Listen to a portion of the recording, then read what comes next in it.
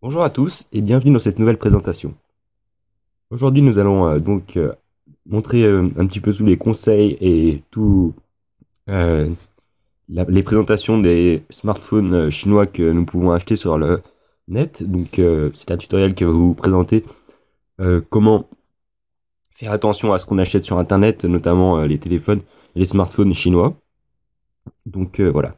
On sait qu'aujourd'hui, il y a de nombreux téléphones chinois qui apparaissent sur le net à des prix parfois très réduits et qui proposent des téléphones de qualité, par exemple avec des processeurs très puissants qui peuvent se comparer aujourd'hui à des téléphones de grandes marques européennes. Ce sont vraiment des téléphones qui attirent les Européens ou bien les Américains et qui peuvent donc parfois poser des problèmes, notamment en termes de qualité ou d'autres pièges que nous allons donc voir à travers ce tutoriel. Donc, si vous importez donc tout d'abord un téléphone, la plupart du temps, les personnes regardent le prix en premier. C'est un très bon atout. On voit souvent que le prix est assez bas. Beaucoup de personnes vont s'intéresser à ces téléphones. Mais il faut faire attention, tout d'abord de vérifier ce que le téléphone contient, la véritable qualité qu'il propose en regardant toutes les caractéristiques. Donc ça, c'est la première chose à faire attention, à la vérifier. Voilà pour la première chose. Mais si vous achetez un téléphone, par exemple, chinois, est-ce que vous êtes sûr que ce dernier aura les caractéristiques et la compatibilité réseau de l'Europe? Il faut faire très attention donc aux bandes de fréquence, c'est la prochaine étape. Faire attention aux bandes de fréquence que vous achetez sur votre téléphone. En général, elles sont marquées dans les caractéristiques. Pour la 3G en France, vérifiez bien que le téléphone soit compatible avec la norme WCDMA. Il s'agit de la norme de la 3G en France, les bandes entre 900 MHz et 2100 MHz. Pour la 4G, c'est donc LTE, mais sachez qu'en Chine, par exemple, ce n'est pas la même 4G qu'en France. On a pour l'instant que trois bandes qui sont 800, 1800 et 2600. Alors que, vous voyez, par exemple, en Chine, la bande 800 n'existe pas. Donc faites très attention à ceci. Si vous avez un téléphone qui n'a pas les mêmes ondes que les téléphones européens, eh bien, tout simplement, vous ne pourrez pas l'utiliser en Europe, donc ce qui est dommage.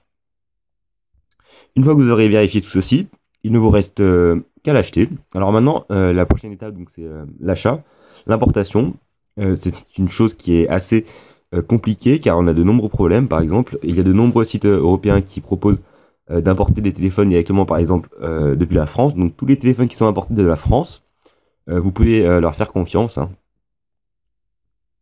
Pour ça, il n'y aura pas de problème. Par contre, si vous importez un téléphone qui vient d'ailleurs, par exemple qui vient de Chine ou d'Asie, et que vous le faites importer vous le commandez sur un site chinois ou français, il y a de nombreux risques de vous faire arnaquer. C'est pour cela que j'ai mis dans la description une liste de sites en fait qui sont fiables et qui ont été vérifiés par les utilisateurs. Faites attention car certains sites sont encore douteux, donc on peut facilement se faire avoir. Vous n'aurez qu'à cliquer sur le lien, je vous mettrai tout ceci, ça sera vraiment très simple, vous allez voir. Une fois que vous avez donc commandé votre téléphone, il va faire très attention à une chose qui est les taxes. Il faut savoir que lorsque vous importez un téléphone d'un autre pays, par exemple en Asie, vous avez des taxes qui peuvent s'appliquer à la douane, notamment la TVA de 20%, qui sera appliquée à votre produit, notamment s'il passe par des transporteurs comme DHL ou UPS, des transporteurs qui sont connus en fait de la douane et qui arrivent rapidement. Vous pouvez être sûr que votre colis aura des frais de douane et vous serez bien obligé de les payer ces frais de douane car sinon votre colis sera tout simplement détruit. Voilà. Notamment pour revenir sur ce point-là, on peut parler un petit peu de la livraison du téléphone. Si vous choisissez un livreur express, donc vous risquez d'avoir des frais de douane, mais si vous prenez un livreur local, par exemple Singapore Post ou Hong Kong Post ou encore China Post, le colis reste bien d'arriver en un mois, mais vous n'aurez pas de problème. Pour être honnête avec vous, je vais vous dire tout de suite, hein, j'ai des origines chinoises, et donc la dernière fois que je suis allé en Chine, j'ai pu observer un petit peu le travail de China Post, et je peux vous dire que les conditions de transport ne sont pas les meilleures, hein. Vous pouvez voir le vieux pouce-pouce hein, qui était en train de tirer les téléphones, ce qui n'est pas vraiment de qualité si vous cherchez un téléphone qui arrive en bon état par exemple.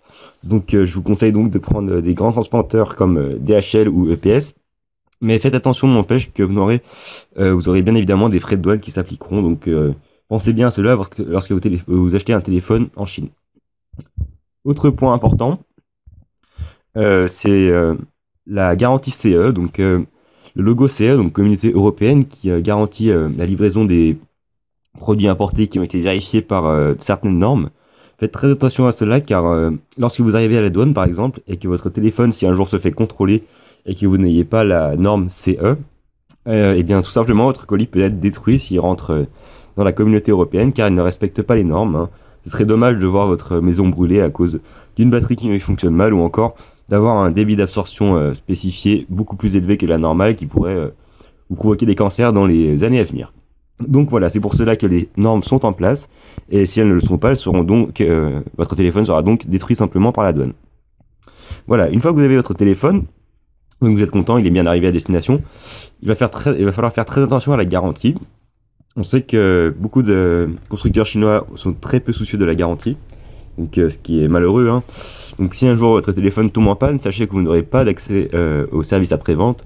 Ce sera assez compliqué car il faudra renvoyer le téléphone, ce qui peut paraître très compliqué, ou bien contacter directement les sites qui ne sont pas forcément très fiables en termes de service après-vente. Donc sachez que c'est un compromis, vous achetez pas cher, par contre vous n'aurez pas ou très peu de garantie sur vos téléphones. Il faut savoir que beaucoup de firmes chinoises ne sont pas présentes encore en Europe, par exemple Xiaomi ou encore Huawei, quoique Huawei a tendance un petit peu à s'imposer, donc vous aurez donc quelques magasins encore sur les grandes villes si vous voulez avoir des garanties pour cela. Enfin, une fois que vous aurez donc la garantie de votre téléphone sera réglée, vous saurez un petit peu comment ça se passe. Il va falloir faire très attention à la langue de votre téléphone. Si vous achetez un téléphone en Chine, sachez qu'il ne sera pas forcément en anglais ou encore en français. C'est pour cela qu'il y a de nombreux sites qui proposent des ROM modifiés, mais ça peut être très compliqué si vous êtes un débutant notamment et que vous ne connaissez pas tout ceci. Donc la plupart du temps les téléphones n'ont pas de langue française, donc soit anglais ou soit chinois, ou encore très rarement d'autres langues. Mais tous les téléphones, sachez qu'ils ne sont pas traduits en français, même si on peut trouver des ROMs sur le marché très facilement. On peut également faire attention à la présence ou non du Google Play Store. Hein. Sachez que dans des pays en Chine où la censure s'applique encore, le Play Store n'est pas encore présent. Enfin, Google n'est pas présent. Il s'agit de ROM modifiés d'Android, mais qui ne sont pas gérés par Google. Donc sachez que des fois, vous ne pourrez pas trouver le Play Store, ou alors il faudra le rajouter manuellement, encore une fois, en passant par des ROM. Donc voilà, nous avons fait un petit peu le tour des problèmes que vous pouvez rencontrer en achetant un téléphone chinois. Et néanmoins, je ne vous décourage pas à acheter un téléphone chinois, bien évidemment, mais tous ces conseils sont ici pour éviter de vous faire avoir des ennuis, par exemple, lorsque vous serez par exemple en train d'acheter un téléphone chinois, ou si un jour vous êtes en voyage, c'est la même chose, hein, et que vous revenez avec votre colis, vous aurez tout de même les mêmes choses, hein, les frais de douane, etc. et la norme CE. Donc faites très attention à cela lorsque vous achetez un téléphone chinois, notamment lorsqu'on sait que les conditions de travail en Chine sont très modestes. Donc vous pouvez très bien réfléchir à tout ceci, ou bien acheter simplement un téléphone en faisant attention à tous les conseils que je vous ai cités ici. Donc voilà, c'était tout pour cette présentation. J'espère qu'elle vous aura servi à faire votre choix vers un téléphone chinois ou non. Sachez que les smartphones chinois sont quand même de plus en plus imposants dans le monde européen et le monde américain. Ils ont tendance à se faire entendre. Par exemple, si on prend l'exemple de Xiaomi, le constructeur chinois, il passe devant Apple, donc en Chine par exemple, et a tendance à venir s'imposer face aux smartphones européens, comme avec le Xiaomi Mi 4 pour ne pas le citer, ou encore le Meizu MX4 qui est bien plus puissant que certains téléphones européens, et bien d'autres téléphones qui sont également de grande qualité, mais qui ont le problème de l'importation et simplement on n'a pas la même culture que les pays en Asie où l'importation n'est pas tout à fait la même qu'en Europe. Et c'est normal, hein, vous voyez que les téléphones français ne sont pas exportés en Chine par exemple. Donc voilà, merci d'avoir regardé, n'hésitez pas à partager cette présentation autour de vous, car elle pourra sûrement servir à d'autres, afin d'éviter de vous faire arnaquer par exemple. Encore une fois, le lien des sites que je considère fiables sera dans la description, ils ont été testés par un forum, vous allez voir tout ceci, il suffit de cliquer sur la description. Donc voilà, merci d'avoir regardé, j'espère que cette présentation vous aura servi, n'hésitez pas à laisser un pouce vert si elle vous a servi, et moi je vous dis à très bientôt pour d'autres tutoriels. Allez, à très bientôt.